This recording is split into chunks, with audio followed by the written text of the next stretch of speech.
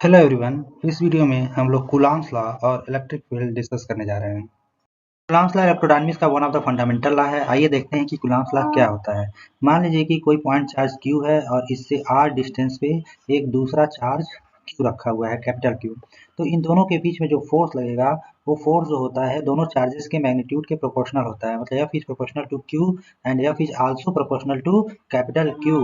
और इसके बाद कूलॉम्स ने पाया कि ये जो फोर्स लग रहा है वो दोनों के बीच के डिस्टेंस के स्क्वायर के इनवर्सली प्रोपोर्शनल होता है। इस तरह से कूलॉम्स ने पाया कि दो चार्जेस के बीच में जो फोर्स लगता है वो दोनों चार्ज के मैग्नीट्यूड के मल्टीप्लिकेशन के प्रोपोर्शनल होता है और उनके बीच के डिस्टेंस के स्क्वायर के इनवर्सली प्रोपोर्शनल होता है। इस तरह से हम लोग कह सकते हैं F is proportional to Q into capital Q by are square. अब जो है कि अगर एक प्रोपोर्शनलिटी को इक्वलिटी में कन्वर्ट करते हैं तो हमारे पास कांस्टेंट आता है एक 1/4 pi epsilon 0 Q capital Q by are square. तो इस तरह से ये जो इक्वेशन मिला इसको हम लोग बोलते हैं कूलॉम्स लॉ। यहाँ जो एप्सिलॉन 0 है इसको हम लोग बोलते हैं क्या, permittivity of free space. Permittivity of free space. तो एप्सिलॉन 0 क्या है, फ्री स्पेस की परमिटिविटी होती है और इसकी जो वैल्यू होती है वह होती है आपकी 8.85 into 10⁻⁻12 coulomb square divided by newton metre square. तो इस तरह से जो है जो कूलॉम्स लॉ है वो यह बताता है कि दो चार्जेस के बीच में जो फोर्स लगता है वह फोर्स क्या होता है, दोनों चार्जेस के बीच के डिस्टेंस के स्क्वायर के इनवर्सली प्रोपोर्शनल होता है तथा दोनों चार्जेस के मैग्नीट्यूड के प्रोपोर्शनल होता है। अब बताते हैं फोर्स की डायरेक्शन क्या होगी। मान लीजिए कि ये आपका पॉइंट चार्ज Q था, तो इस Q पे जो फोर्स लगेगा, ठीक है, इस Q पे अगर ये पॉजिटिव चार्ज है तो इस पे जो फोर्स लगेगा वो जो है आपका इसके डिस्टेंस को मिलाने वाली लाइन के एलॉन्ग होगी। मतलब अगर ये r है इसका डिस्टेंस और इस डायरेक्शन में क्या है, यूनिट वेक्टर r कैप है, तो फोर्स जो लगेगा उसका जो डायरेक्शन होगा वो क्या होगा, r कैप होगा। ठीक है, और अगर ये Q पॉजिटिव है तो फोर्स का डायरेक्शन क्या होगा, r कैप होगा। बट अगर ये जो है Q क्या है, निगेटिव है, तो उस केस में जो फोर्स का डायरेक्शन होगा ये इसके अपोजिट डायरेक्शन होगा। ठीक है, इस तरह से कूलॉम्ब फोर्स अट्रैक्टिव भी हो सकता है और रिपल्सिव भी हो सकता है। फोर्स कब अट्रैक्टिव होगा, जब दोनों चार्जेस क्या हों, तो Q और Q के बीच में जब दोनों चार्जेस क्या हों, सेम नेचर के हों, तो उनके बीच में क्या होगा, रिपल्सिव फोर्स लगेगा। बट अगर दोनों के बीच में अपोजिट नेचर हो, मतलब एक पॉजिटिव हो दूसरा क्या हो, निगेटिव हो, तो उनके बीच में क्या लगेगा, एक अट्रैक्टिव फोर्स लगेगा। मान लीजिए माइनस Q हो और ये क्या हो, प्लस Q हो, तो उस केस में भी क्या लगेगा आपका, अट्रैक्टिव फोर्स। तो रिपल्सिव कब लग रहा है, जैसे कि हमने बताया कि अगर दोनों क्या है, पॉजिटिव हों, तो दोनों चार्जेस क्या है, पॉजिटिव नेचर के हों, तो दोनों के बीच में आपका रिपल्सिव फोर्स लगेगा। अगर दोनों क्या है, निगेटिव हैं, ठीक है, तो उनके बीच में भी क्या लगेगा, रिपल्सिव फोर्स। इसका मतलब की है कि लाइक चार्जेस के बीच, लाइक नेचर के चार्जेस के बीच में आपका रिपल्सिव फोर्स लगता है और अपोजिट नेचर के चार्जेस के बीच आपका अट्रैक्टिव फोर्स लगता है। तो यही हमारा कूलॉम्स लॉ है। आइए डिफाइन करते हैं कि इलेक्ट्रिक फील्ड क्या होता है। जैसा कि हम लोगों ने लास्ट स्लाइड में देखा कि अगर एक चार्ज हो Q1 और दूसरा चार्ज हो Q2 और उनके बीच में एक डिस्टेंस हो कितना, r हो, तो उनके बीच में एक कूलॉम्ब फोर्स लगता है जिसको हम लोग लिख सकते हैं F equal to 1/4 pi epsilon 0 Q1 Q2 by are square, और इसका जो डायरेक्शन होगा वो अलोंग आर कैप होगा। तो क्या है, फोर्स है आपका दो चार्जेस के बीच में।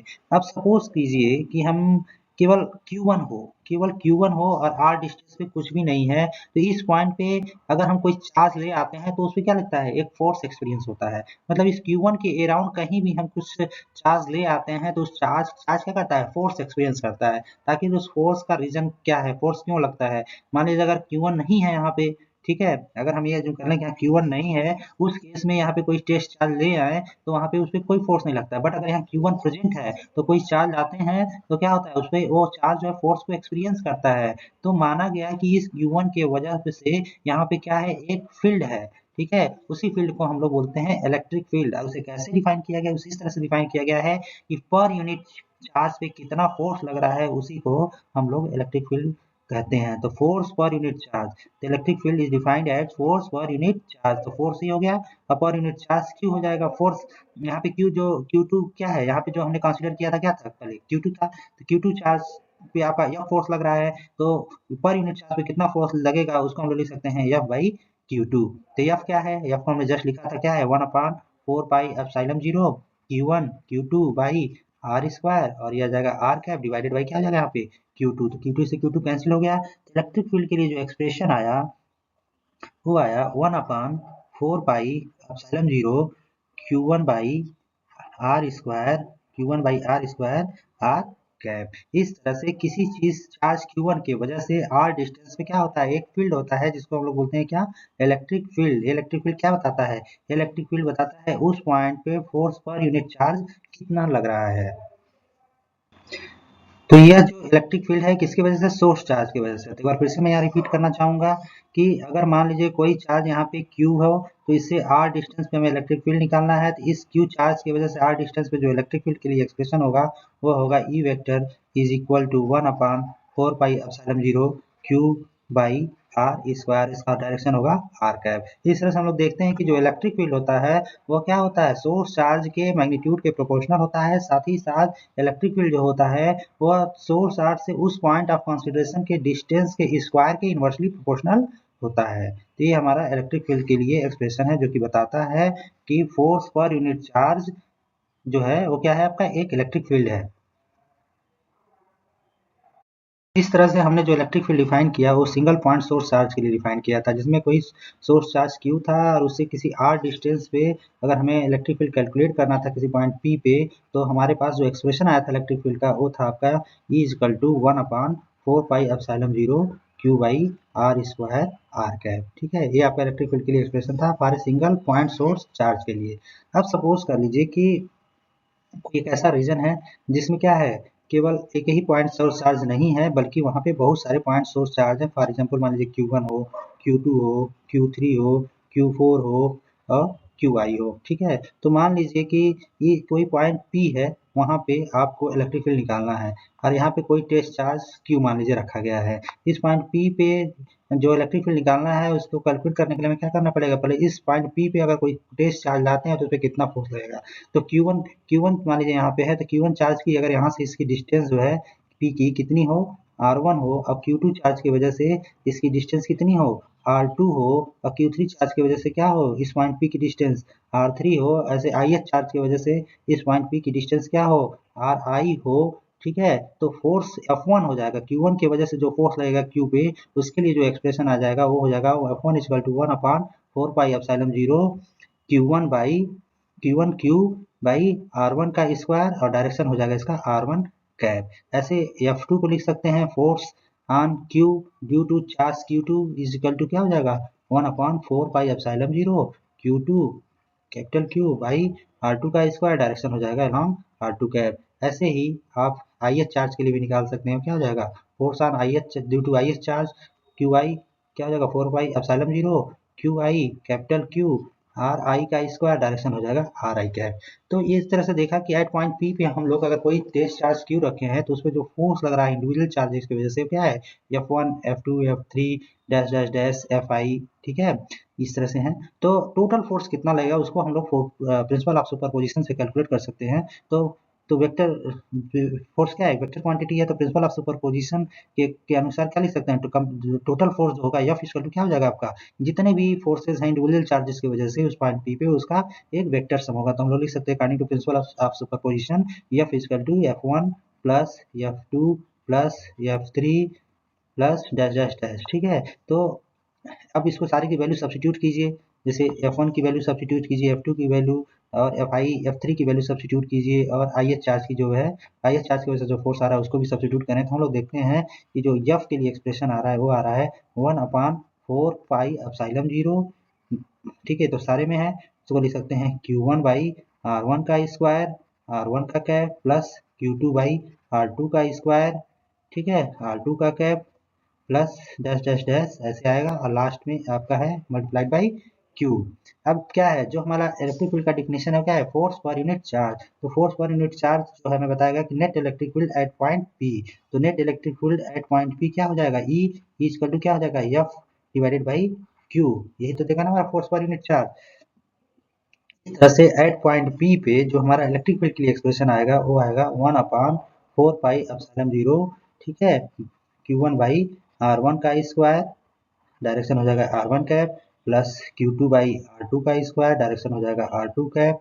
ठीक है, प्लस डैश डैश डैश ऐसे आएगा। अब इसको क्या है, इसको हम समेशन के फॉर्म में भी लिख सकते हैं। इस तरह से हमारे पास इलेक्ट्रिक फील्ड के लिए एक्सप्रेशन जो हो जाएगा वो हो जाएगा 1/4πε0 summation over i equal to 1 से लेके n, मान लिया कि n नंबर ऑफ चार्जेस हैं तो लिख सकते हैं हम क्या, क्यू आई बाई आर आई का स्क्वायर और डायरेक्शन हो जाएगा आर आई कैप। तो ये एक्सप्रेशन जो आ रहा है, ठीक है, यही हमारा बता रहा है कि net electric field due to number of point sources at point P पे क्या होगा। तो इसको हम लोग यहाँ पे फिर से लिख सकते हैं, इक्वल टू क्या हो जाएगा 1/4πε0 summation over i equal to 1 to n q i by r आई का स्क्वायर और डायरेक्शन हो जाएगा आर आई कैप। जो आ रहा है इलेक्ट्रिक फील्ड होगा due to a number of point sources at point P पे, मतलब पॉइंट पी पे number of point source charges की वजह से जो इलेक्ट्रिक फील्ड का एक्सप्रेशन आएगा वो हो जाएगा equal to 1/4πε0 summation over i equal to 1 to n q i by r i square r i cap. इस तरह से हमने देखा कि ये दोनों इक्वेशन क्या है, सिमिलर हैं। ये सिंगल पॉइंट चार्ज सोर्स की वजह से इलेक्ट्रिक फील्ड था किसी पॉइंट पी पे, ये क्या है, एक number of point source charges हों तो उसकी वजह से किसी पॉइंट पी पे जो इलेक्ट्रिक फील्ड होगा उसके लिए एक्सप्रेशन होगा। इस तरह से हमने देखा कि अगर there are n number of point charges हों, माना कि n नंबर ऑफ क्या है पॉइंट चार्जेस हों, तो जैसे Q1 था, Q2 था, Q3 था, तो ये पॉइंट सोर्स चार्जेस थे, तो इसकी वजह से किसी पॉइंट P पे हमें इलेक्ट्रिक फील्ड निकालना था। हमने क्या कैसे निकाला था, हमने माना कि नेट इलेक्ट्रिक फील्ड क्या हो जाएगा आपका, इंडिविजुअल चार्जेस की वजह से जो इलेक्ट्रिक फील्ड होगा उसका क्या होगा, आपका वेक्टर सम होगा। ठीक है, यही था आपका E1 plus E2 plus E3 plus तो ऑन। बट और इसका जो क्या नाम है ओवरऑल एक्सप्रेशन आया था वो आया था E equal to 1/4πε0 summation over i equal to 1 by n q i by r आई का स्क्वायर और आई का क्या, मतलब इंडिविजुअल चार्जेस का जो कंट्रीब्यूशन था उसका क्या था, ये वेक्टर सम था, इसलिए इसको यहाँ पे हमने सम किया हुआ है।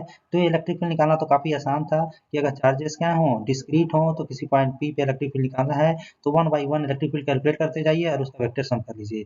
लेकिन अगर सपोज कीजिए कि ये जरूरी तो नहीं है कि चार्ज हमेशा क्या है पॉइंट चार्ज ही हो, डिस्क्रीट चार्ज हो सकता है कि चार्ज क्या हो किसी मेटल के सरफेस पे फैला हुआ हो, मेटल के वॉल्यूम में फैला हुआ हो। ठीक है, तो हो सकता है हम ऐसा मान सकते हैं कि चार्ज किसी रीजन में फैला हुआ हो सकता है क्या एक लाइन के अलॉन्ग फैला हुआ हो। ठीक है, ठीक है, ए एक्स है, ए वाई है, ए जेड है, मतलब किसी ये वायर है, इस वायर में क्या है चार्ज आपका इम्बेडेड हो सकता है कि जो आपका जो चार्ज है वो क्या है आपका किसी सरफेस पे फैला हुआ हो सकता है चार्ज क्या है आपका किसी वॉल्यूम में फैला हुआ हो। तो इसके वजह से किसी पॉइंट P में हमें अगर इलेक्ट्रिक फील्ड निकालनी है तो कैसे निकालेंगे।